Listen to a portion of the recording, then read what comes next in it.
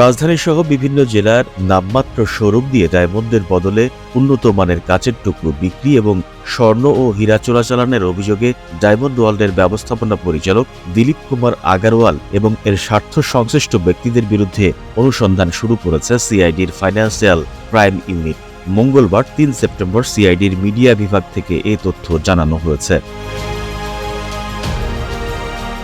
Media বিভাগ জানায়, diamond ওয়ার্ল্ডের ব্যবস্থাপনা পরিচালক দিলীপ কুমার আগারওয়ালের বিরুদ্ধে বিদেশ থেকে চোরাচালানের মাধ্যমে স্বর্ণ ও হীরা আমদানির নামে বিদেশে অর্থ পাচার, প্রতারণা ও জালিয়াতির আশ্রয় নিয়ে বিভিন্ন জেলায় নামমাত্র শোরুমের মাধ্যমে প্রকৃত ডায়মন্ডের বদলে উন্নত মানের কাচের টুকরোকে প্রকৃত ডায়মন্ড হিসেবে বিক্রির অভিযোগ উঠেছে।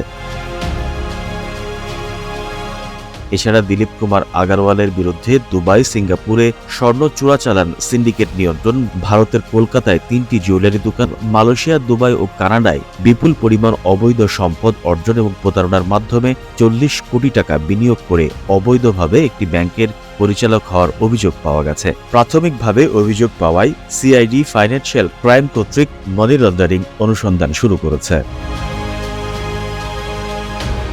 The news Bangladesh desk report.